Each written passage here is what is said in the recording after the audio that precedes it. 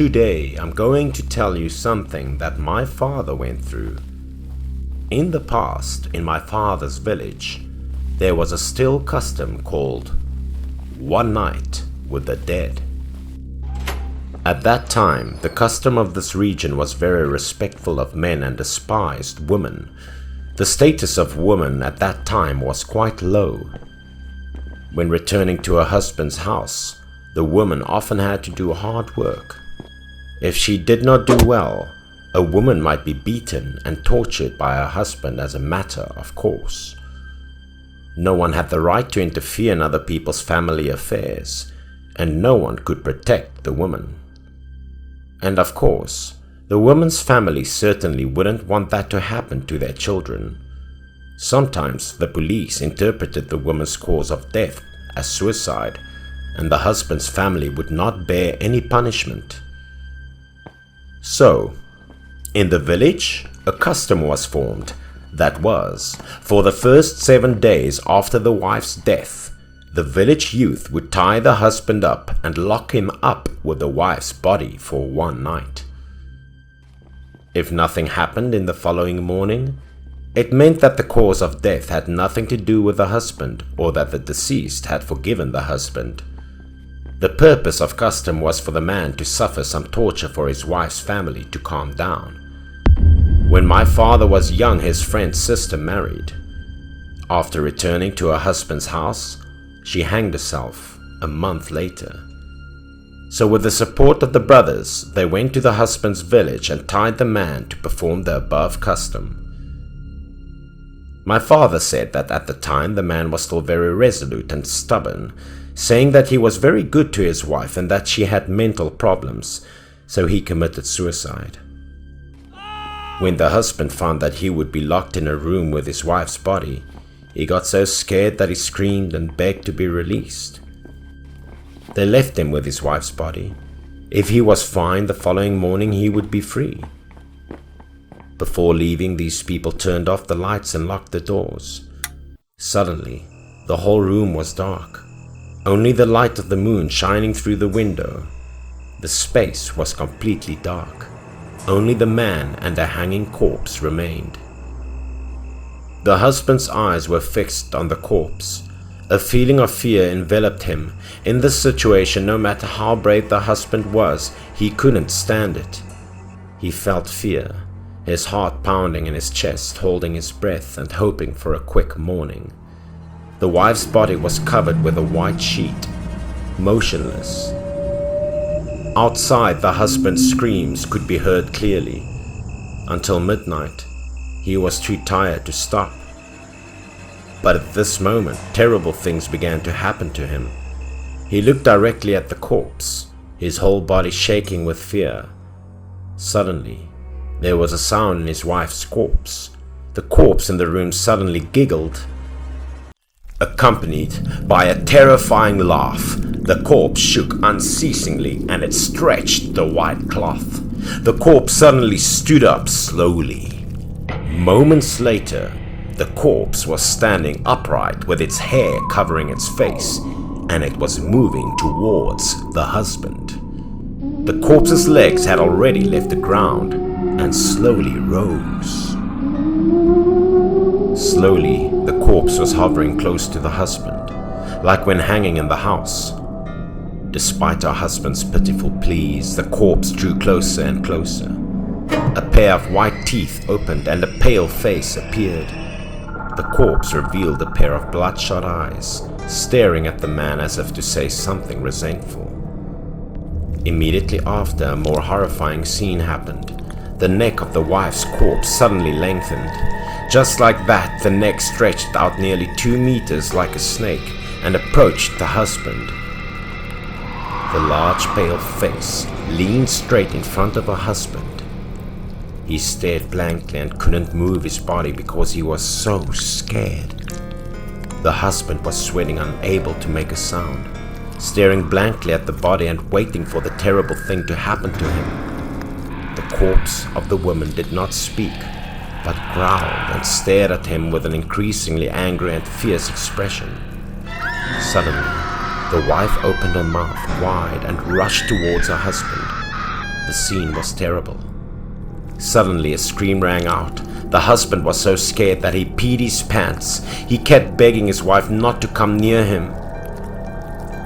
The people who locked him were peeking outside like they were watching a horror movie, and the main character was the husband.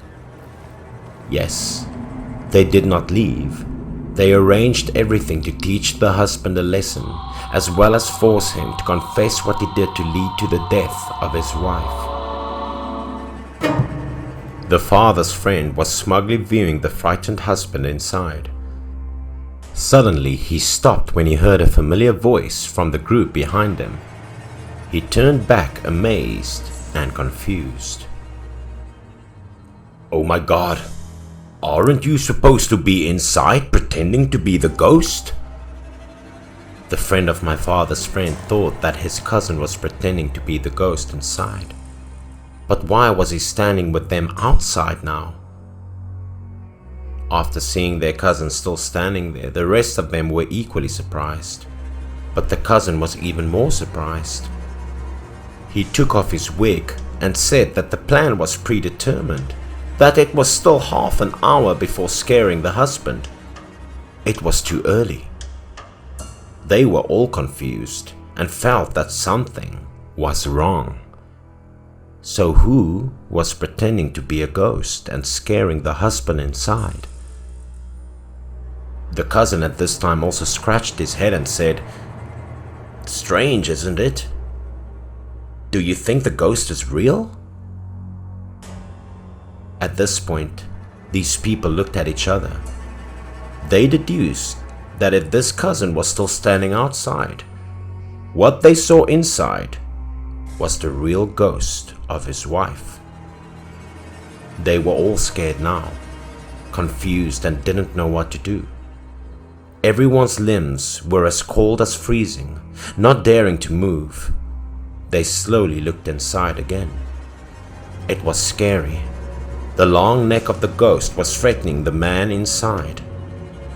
Looking closely, they could see that it was indeed a real ghost. And the fear was at its peak. They screamed and ran out of the yard. The following morning, these people dared to come back here to check. The woman's corpse was still lying in the house, and the husband had fainted from fear. The man then went crazy, crying and laughing, and saying crazy things to get his wife's forgiveness.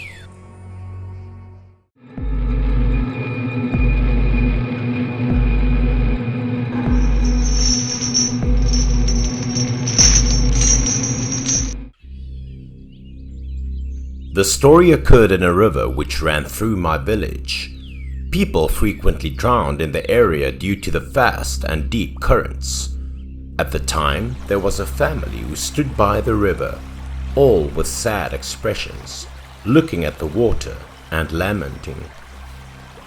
The reason was that their son drowned while bathing in the river, so they sought the assistance of Mr. Kang, who specialized in retrieving dead bodies from the river.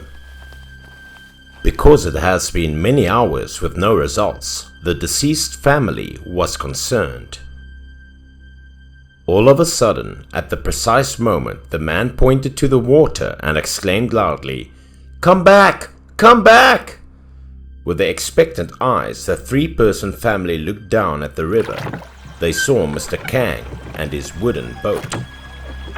Mr. Kang, who had a shabby and austere face, worked as a boatman on the river as well as a body picker. The victim's family was very worried and anxiously waited for Mr. Kang's wooden boat to arrive. The boat approached the shore slowly. The river was now rising, so the boat swayed, and Mr. Kang had to work hard to keep the boat afloat. Next, Mr. Kang quickly rowed to shore. When Mr. Kang's boat docked, the victim's three family members looked at the wooden boat, worried, and the mother's face was sad. There was nothing in the dug-out canoe but a fishing net. With tears in her eyes, the mother asked Mr. Kang if he could retrieve her son's body, her voice filled with pain. Mr. Kang did not respond, instead quietly raising his wrist, which had a rope attached to it.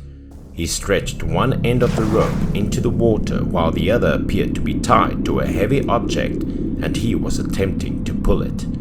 Mr. Kang's face became dull and solemn. He still did not open his mouth to speak, but his gaze was fixed on the river's surface. When Mr. Kang pulled the rope out of the water, a white corpse's arm was pulled out with it, shocking everyone. It turned out that Mr. Kang tied the body with a rope and dragged him to the shore. According to locals here, drowning people should not be put on the boat because it would be very unlucky. Mr. Kang remained silent as he brought the body ashore. He then turned around and returned to the boat. As the mother witnessed the pitiful scene unfolding in front of her eyes, she sobbed and screamed as she gazed at her son's corpse. Mr. Kang was used to such scenes, and he rowed away calmly. Mr. Kang's boat was about to leave the dock when a man reached out and called out to him. "Mr. Kang, wait!" The man presented Mr. Kang with a large sum of money in exchange for Mr. Kang retrieving their son's body. Mr. Kang, on the other hand, refused the money and sailed away. "I'm not doing this for the money. Take care of your son's funeral well. I'm leaving." Mr. Kang did not despise money. Rather, a heartbreaking incident in his past had changed his mind. Previously, Mr. Kang had both rowed and caught fish in the river. If there was any dead body floating in the river, Mr. Kang would also pick it up to take advantage of some extra money. The story took place 5 years ago. Only Mr. Kang was famous for picking up dead bodies in the river. When the body of the victim was discovered, Mr. Kang did not immediately hand it over to the victim's family, instead allowing them to kneel and beg on the shore. Because the poor couple did not have enough money to pay Mr. Kang, they prayed and pleaded with him to reduce the price to allow them to receive their son's body. So Mr. Kang thought for a while and then lowered the price.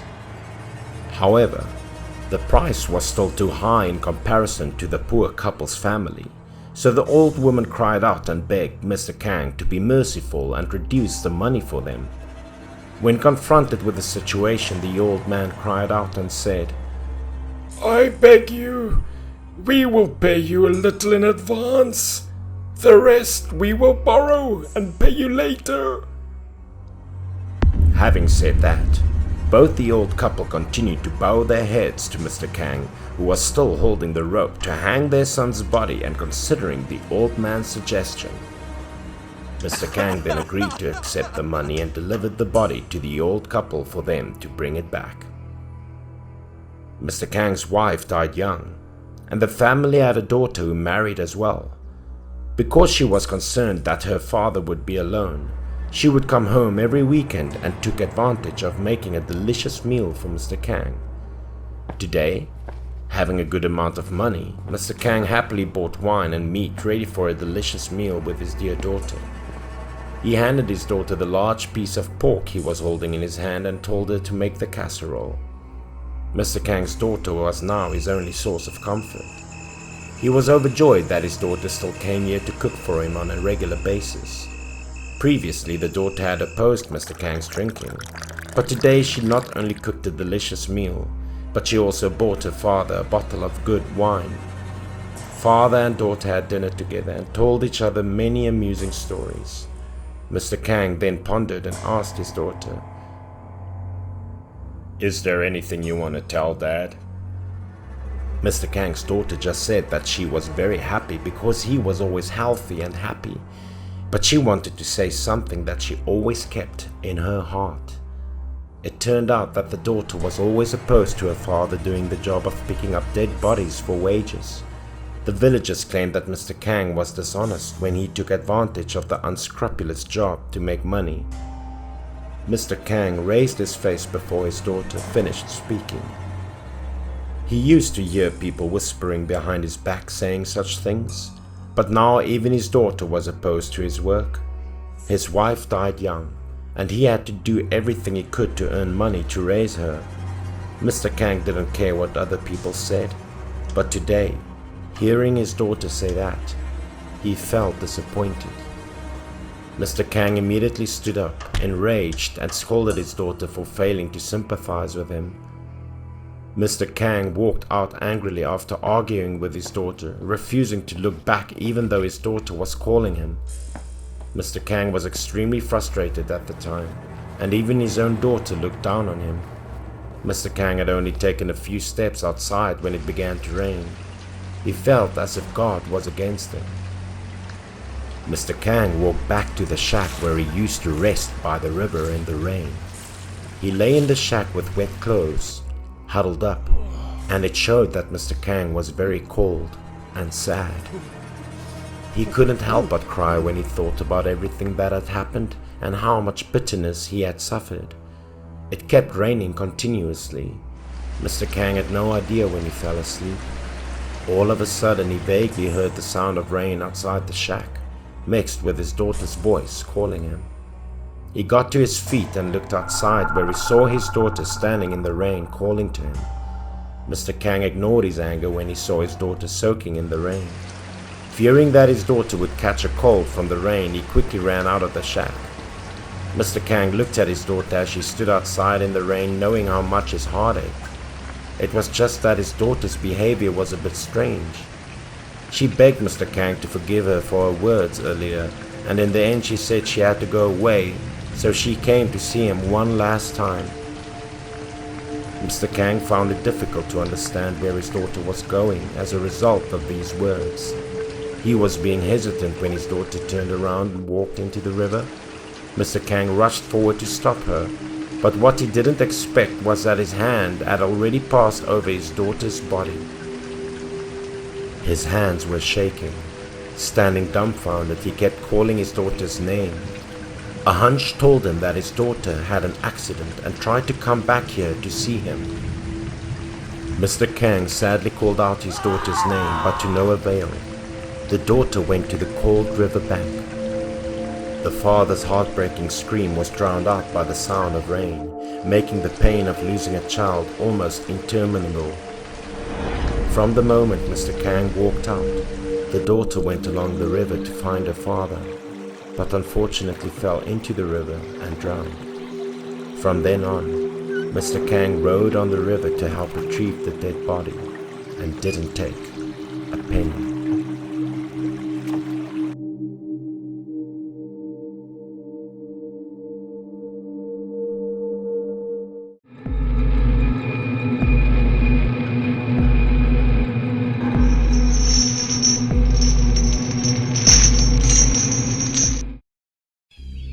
In December 1989, the event occurred in Hong Kong's North District, which was an international municipality in the New Territories. There was an old restaurant called Kong Cha that specialized in various types of appealing cuisine, but generally only offered char siu, rice, and pho. Another day, Sheng, a young guy working at the restaurant, received a call to order food for 4 people. Including pho and grilled pork rice with eggs. "It's at number C, building B in the Garden Plaza, isn't it? Okay, I'll deliver it to you right now." Sheng instantly grabbed a pen and notepad to jot down the address. He then proceeded to deliver food to clients. This address wasn't difficult to find, so Sheng didn't have to spend too much time to look for it. It was an ancient building. It was chilly and appeared like it hadn't been occupied in a long time. When he arrived at the correct address, he raised his hand and rang the doorbell. A blast of wind blew, sending shivers down his spine. But the doorbell rang for a long time. No one opened the door, and the posters strewn in front of the door indicated that this home had appeared to be abandoned for a long time. Sheng rang the doorbell many times more, but no one replied or opened the door. Sheng wondered if he had misspelled the address, since the restaurant had been quite busy before. Thinking he'd been scammed, he turned his back to return to the restaurant, but as he did, a voice in the room sounded from behind Sheng. It sounded like someone was attempting to open the door. He thought he heard a voice, but it was foggy and indistinct. The door suddenly opened with a creak, accompanied by a terrible sound made Sheng nervous. The door was opened to expose a small gap, but the interior was so dark that Sheng couldn't see what was inside. The person inside only spoke in a low, raspy voice and very slightly opened the door, as though no one was permitted to peek inside. Then that person handed a banknote through the gap of the door. This person's hand was really odd. Even though the person opened the door slightly and placed the money outside, Sheng couldn't see who it was. It appeared to be a male. Sheng carefully examined the note. There was no issue. Sheng thought the man was strange when he instructed him to leave the meal at the door. That night, the restaurant was being cleaned up and getting ready to close. While auditing the income and expenses for the day, the owner noticed something odd. He discovered a joss paper among real money. He had no idea where this note originated from, but it made him feel extremely uneasy. Who is taking part in this game? Why is there a joss paper here? Mr. Lee displayed the note to the employees and cautioned them. He suspected that real money had been switched for joss paper. He tried to mention it aloud so that the staff wouldn't do it again, but he became enraged and tossed the joss paper in the garbage. The next day, an order for dinner came from that address again, and they ordered the restaurant to serve them the same meal as yesterday. The owner promptly confirmed the order and asked Sheng to continue delivering. However, the situation with food delivery remained same from yesterday. Money was still given through the door gap, and food was still requested to be put at the door. The people inside were still not revealing themselves. Who did it? Do you think I'm a moron? The owner's voice continued to yell loudly. The reason was that he spotted a joss paper again at night. Seeing the boss was so upset, Sheng then informed him about the unusual food delivery to that address. For a long time, the owner reasoned that if the residents in that house continued to order meals from the restaurant, he would find out the truth. The next day, as predicted, there was an order from that address again. The owner personally delivered the meal to the location and received the cash from the door gap.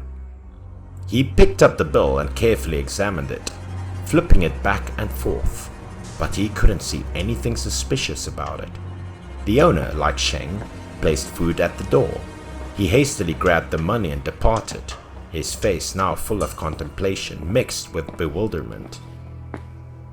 Returning to the store, he placed the money aside, this time to observe if anything odd happened, in order to prevent the same misunderstanding as the previous 2 times. After the owner had completed calculating other income, he glanced at the bills in the evening, but what he saw shocked him.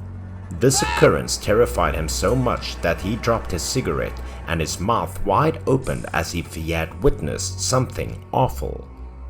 Those seemingly regular money notes he had placed in a different corner of the table had now been transformed into joss papers once more. The owner was so terrified that he yelled to the police in a quivering voice. Police! It's me! Something awful has occurred. Please be here as soon as possible. Following to what the owner said, the police hurried to the location, but they discovered that the doorbell was entirely broken and no one came to open the door. The cops had to use force to smash the door down. However, once inside, they discovered that the door was locked from the inside. But the horrifying image in front of their eyes caused them all to fear. There was a mahjong table in the middle of the room and some dead people next to it. They died in a big puddle of dried blood.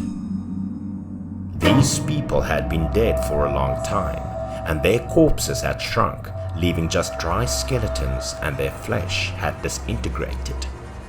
Based on the conditions at the site, they were most likely using a coal burner in the room to keep warm, but ended up inhaling poisonous gas. Because these people lived very private lives and didn't interact with anyone, no one discovered their bodies. But the empty lunch boxes littered throughout the room gave the cops pause, because everyone in the room was dead. So, who ate the food? These corpses were discovered and transported to the mortuary for forensic testing, confirming that they had been dead for more than a week, although the food in their stomachs had only been there for 2 days, which was rice and fur. The test findings astounded the whole Hong Kong police force. The dead man's fingerprints were also discovered on Mr. Lee's joss papers.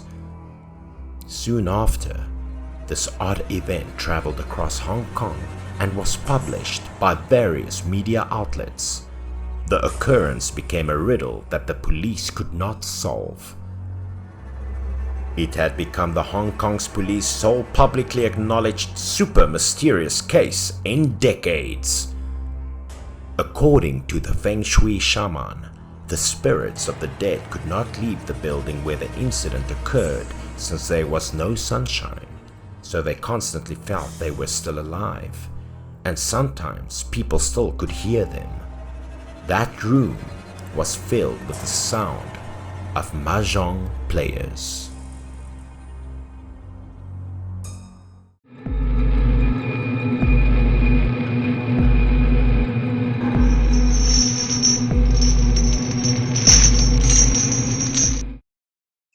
In 2019, Ken and his colleague Kiba went on a business trip to the suburbs. Both returned home after finishing their jobs. Because of going away, and it appeared to be a bit boring, so the two found something to discuss with each other. So Kiba stated that it appeared to be the route where there were many rumors about ghosts. He looked outside, then turned to Ken. "Do you believe the rumors about female ghosts appearing on the street?" Ken turned to assure him that it was all a rumor. Besides, nothing had happened when they passed by there in the morning. When it came to ghosts topic, Ken was only now paying attention. It was true that the road was very dark and frightening at night. All of a sudden, Ken was startled and slowed down as he noticed a girl ahead of him walking slowly. The girl was dressed in a short skirt which resembled business attire. She had a slim body and walked slowly. Kiba and Ken had just seen the girl when their eyes lit up, and Ken offered to give her a ride. Both sounded the horn to get her attention, but strangely, she still didn't intend to dodge the car or turn around. As a result, Kiba purposefully banged on the car door in order to make a noise and attract her attention. "Hey baby, are you hitchhiking? There is a spare spot in our car here." The fact that she didn't react made Kiba a bit impatient. He leaned forward to get a better look at her, but all of a sudden Kiba was terrified. His voice stammered and his expression was amazing. At the point, Kiba was almost speechless. His entire body stiffened, showing great horror when he saw the girl's face. It was a pale face. Black eye sockets and both eyes and mouth were bleeding non-stop, which was extremely frightening. Kiba was still trembling at the point, stammering that there was a ghost, even though Ken was surprised to ask what happened again and again. Kiba was still terrified and shouted loudly, urging Ken to hurry up. "It was a ghost! She was a ghost! Hurry up!" Ken returned to take a look after hearing Kiba's statement. He was also bewildered by Kiba's demeanor. Kiba now continued to shout, looking extremely scared. "Hurry up! She is chasing us!" In the end, Ken reflected and asked whether Kiba was trying to make fun of him or not. Under Ken's scrutiny, Kiba did not appear to change his expression, remaining the same white and terrified face. Don't you believe it?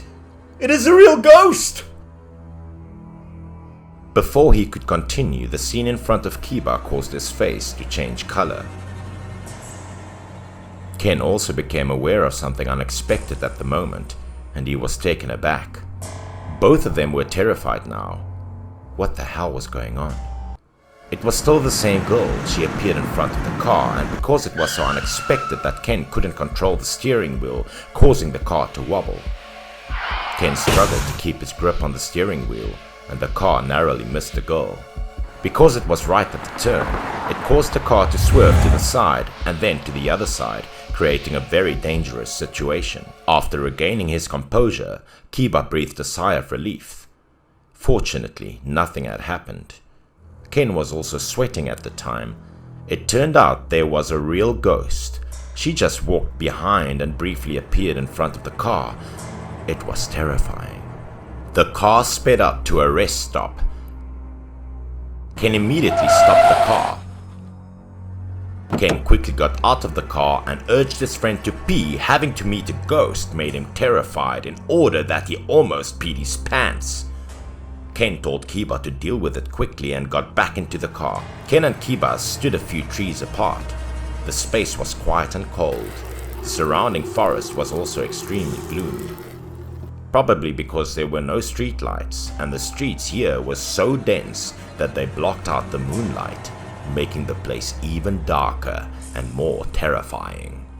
Kiba was comfortably peeing when he abruptly heard a noise from inside the forest. It was a long, frightening howl. It was terrifying. It was the same girl from before. From afar, she had a crooked gait. Her head tilted to one side as if her neck was broken. Eyes and mouth still pouring with blood. She was getting closer to him. As soon as Kiba saw her, he froze. His legs were stiff and he couldn't move. The girl staggered like a zombie. Kiba stood in fear for a few seconds. Then he yelled and dashed towards the car. Ken was leaning against the car, smoking a cigarette, when he noticed his friend running out with a terrifying face. He ran while screaming, "There was a ghost!" Ken rushed in and started the car after realizing that something terrifying had occurred. Ken then quickly stepped on the pedal and drove away. At the moment, Ken and Kiba were convinced that the ghost girl was following them. Now even Ken was shaking with fear. They were both drenched in sweat, but their bodies were cold and shivering. The two were moving at breakneck speed, but the sight in front of them was incredible. Ken's eyes widened in surprise as well. It was her. She stood in front of the car, and by the time they noticed her and realized what had happened, it was too late. There was a horrible noise. Ken crashed straight into her. The force of the impact was so powerful that she was thrown very high in front of them. Blood was dripping like a broken water pipe, splashing everywhere from the air then sticking to their windshield. And in an instant, a long loose head of hair fell in front of the windshield. Her head was dangling from the window, staring them down. Her eyes became bloodshot and almost protruding. The mouth was wide open and it looked terrible. At the point, Ken almost lost control. His hands could no longer direct the steering wheel in front of him. The car collided with a power pole on the side of the road. The power pole shook violently, but fortunately it did not collapse on the car. The accident was terrifying. The first half of the car was destroyed, and the window was shattered. Kiba then scrambled to get out of the car. He was heavily leaning on the ground as a fulcrum. But at the moment when he raised his eyes, a horrible scene occurred that haunted Kiba for the rest of his life.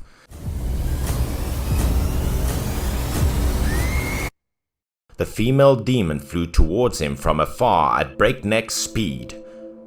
She opened a big mouth with a red tongue protruding in front of him. After the accident, Ken unfortunately died in the car. Kiba, on the other hand, was able to save his life because he was treated on time. However, Kiba now had gone insane, and he was still haunted by the ghost girl.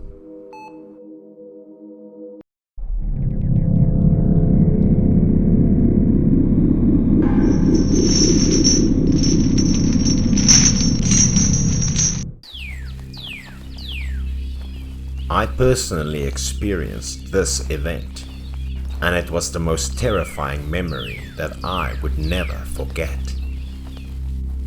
I relocated to the city in 2008 to begin my first year of college. I shared a dorm room with Chow, a buddy from our hometown. I wanted to go to the beach to play after cleaning the room, so I asked Chow, "Hey, do you want to go somewhere?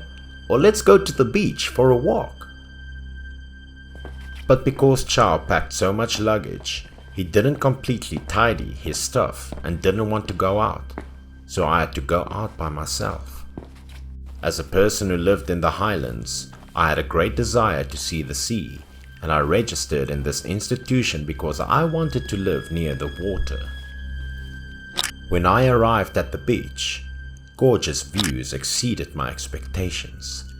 I didn't anticipate the sea to be this beautiful, and everything transpired in front of me as if it were a dream. The chilly sea breeze rushed past. I was able to see numerous flocks of seagulls soaring around, which felt fantastic. The sound of the sea crashing on the coast, followed by the sound of powerful waves, gave me a completely different sensation than that enormous rivers I've witnessed. The huge sandy beach and the raging waves created an experience that was difficult to express by words. My soul was now soothed in peace. It was also late afternoon and numerous seabirds and seagulls were chirping and flying around. I still didn't want to leave. The water had sucked me in, so I strolled east on the smooth sand. There were a few huge boulders, so I took off my shoes and sat on one, looking out at the lovely seascape. The setting sun painted the water surface a brilliant crimson color. All of them were in such a harmony. That gorgeous ocean made me forget about time. Everything appeared to come to a halt. I sat for more than 2 hours in such awe-inspiring surroundings. I didn't get up and go until the sun had completely set and the night sea wind made me feel cold. But at this very time, I discovered a serious problem. Something piqued my interest. Many beaches and coral reefs behind me had vanished. How come they just vanished all of a sudden? It made me so curious. Then I realized that the sea fluctuated with the tides and tide level might be high by now. I was standing on this reef watching the waves rise higher and higher behind me. I calmed myself and looked cautiously, gently getting into the water and saw that it was already up to my waist. Concerned that the tide might rise even sooner, I hastily raced to the coast, walked into the sea without caring about my clothes getting wet, and discovered another problem. I thought the waves would simply soak my pants a bit, but with only a couple more waves hitting me, drenching my entire body, I found a large cut on my foot. But I couldn't worry too much at the moment since I was so terrified and my foot was bleeding, so I hurried up to the coast. I attempted to run as fast as I could back to my dorm, trembling from the cold. Fortunately, after a few minutes, I arrived. Did you go to view the sea or did you take a swim? You're drenched! Chow inquired, seeing that I was soaking wet. But when he spotted me passing by, he suddenly became terrified. He was trembling, a look of horror on his face, and he pointed at me, stammering, Behind you! Why is there a woman behind you? Chow claimed there was a woman with long hair wearing yellow clothes sitting on my back. It was quite an unpleasant feeling, but I didn't realize there was anything heavy on me. Which woman? Are you sure, Chow? I unconsciously looked back after hearing Chow's remarks, and there was nothing behind me. Chow sat up uneasily, looking behind me and seeing nothing. He couldn't believe he was wrong because the woman's form was clearly visible. I merely told Chow that perhaps I caught a cold from the seawater, so I went to bed early to relax. What I believed was a cold turned out to be a virus that could have killed me if it hadn't been identified in time. I overslept that day. I developed a high fever, couldn't get out of bed for 2 days, and experienced agony all over my body after taking the medicine, which scarcely worked. My classmates rushed me to a hospital near the school for emergency treatment. I still have a high fever after 3 days of infusion in the hospital, and my classmates were quite concerned. They wanted to inform my parents so that they could come to take care of me. Fortunately, on the 4th day, I was gradually improving.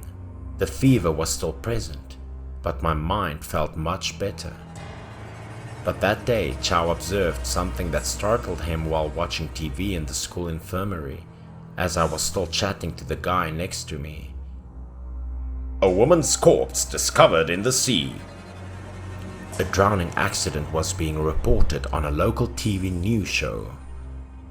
It came out that the foreign female was trapped on the beach and died because of falling into the sea.